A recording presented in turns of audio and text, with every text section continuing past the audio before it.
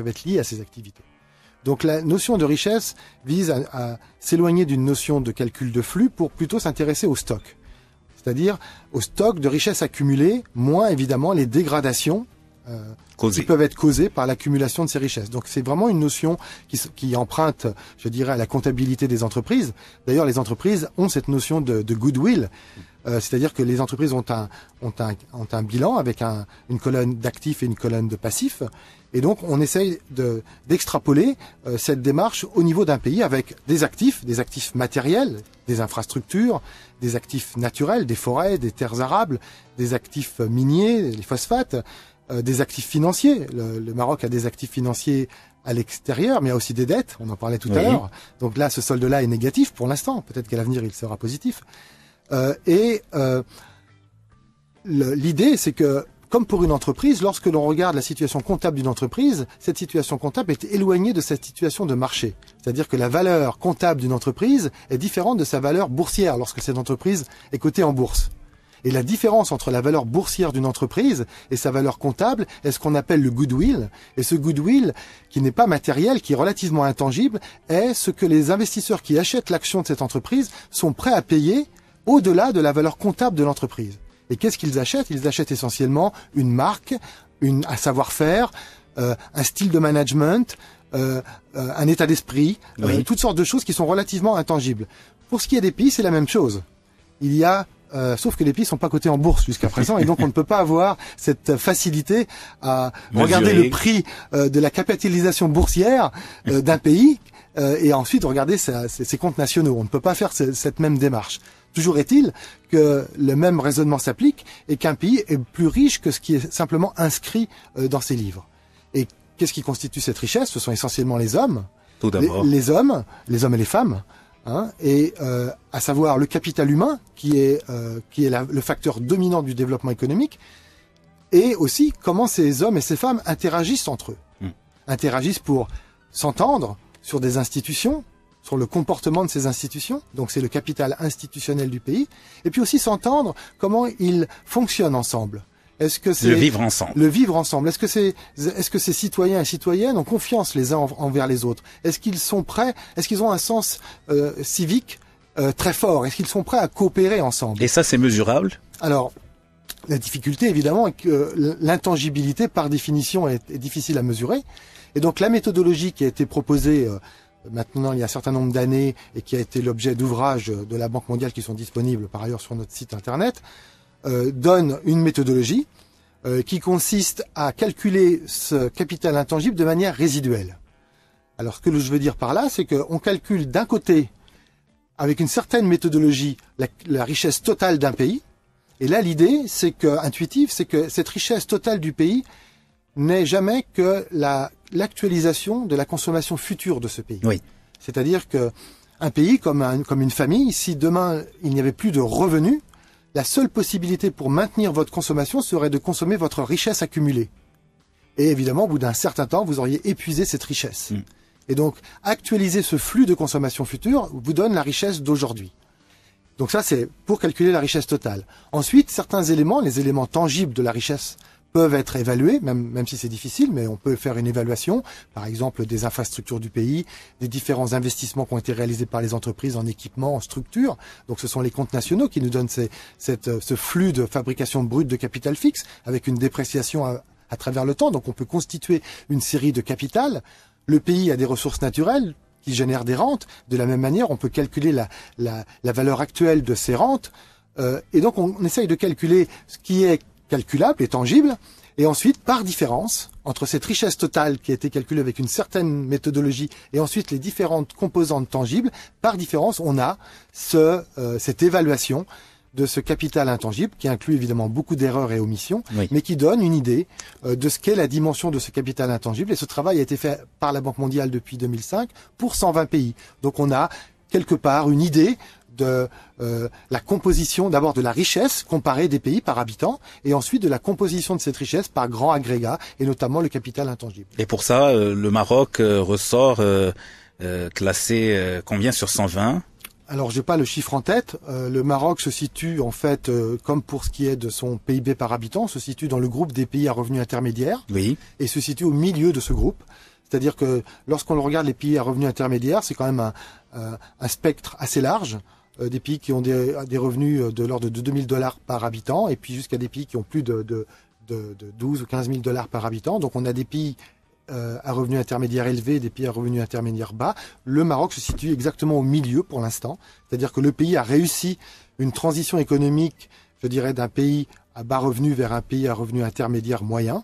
Maintenant, le prochain challenge pour le Maroc, c'est de rejoindre le groupe des pays à revenus intermédiaires élevés.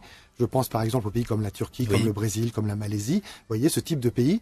Et donc, cela va nécessiter évidemment un effort important de la part des Marocains.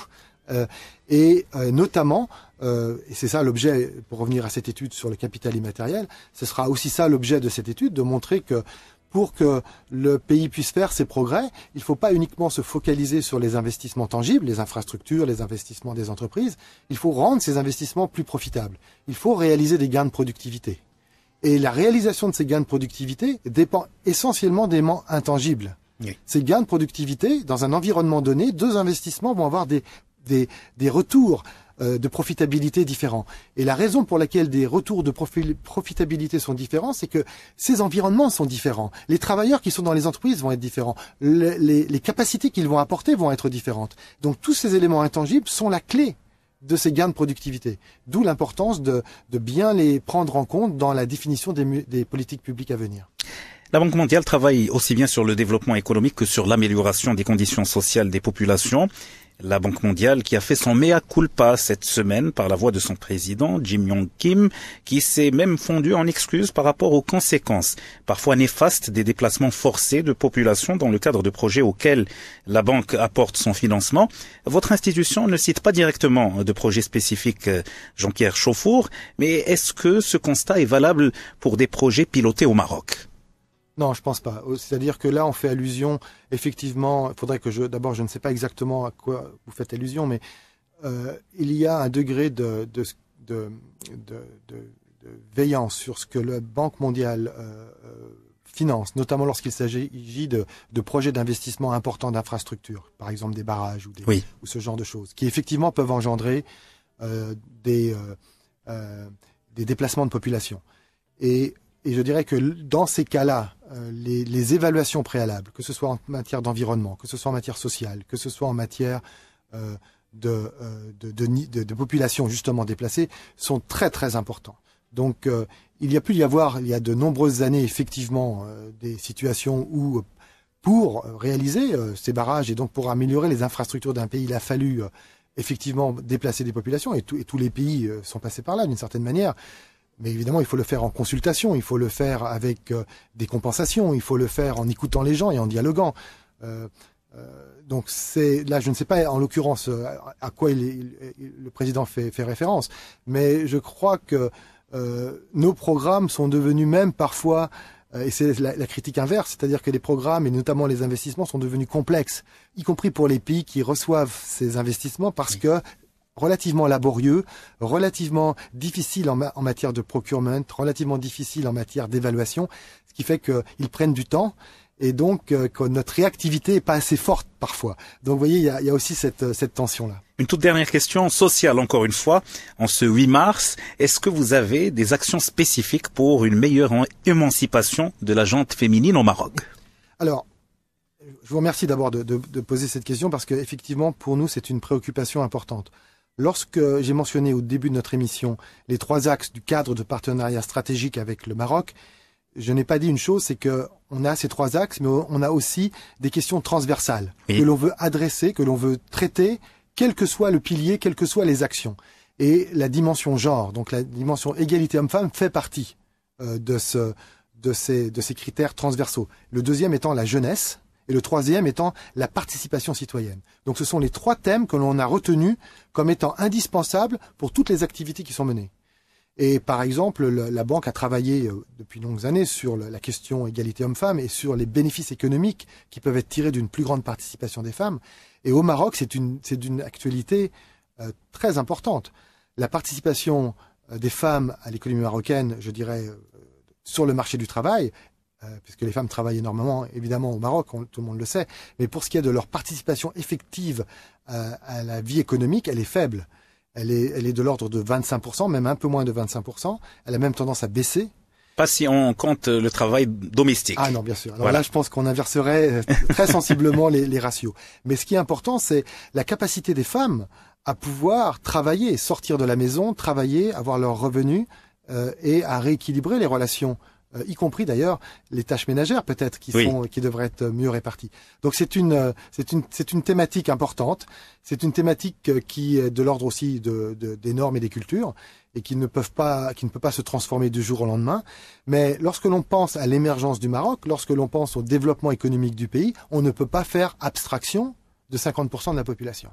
Donc, si le Maroc graduellement se retrouvait dans une situation similaire y compris à d'autres pays musulmans, je pense à la Malaisie par exemple, où la participation des femmes à la vie active est au-delà de 50%. Donc, si le Maroc se donnait cet objectif, je dirais à un horizon de 20 ans, pouvoir passer de 25% à 50%, grosso modo 1 point par an, c'est une transition graduelle, eh bien le pays en bénéficiera énormément d'un point de vue économique. Jean-Pierre Chauffour, économiste principal de la Banque mondiale pour le Maroc. Merci d'avoir fait le déplacement de Rabat pour participer à Tableau de bord.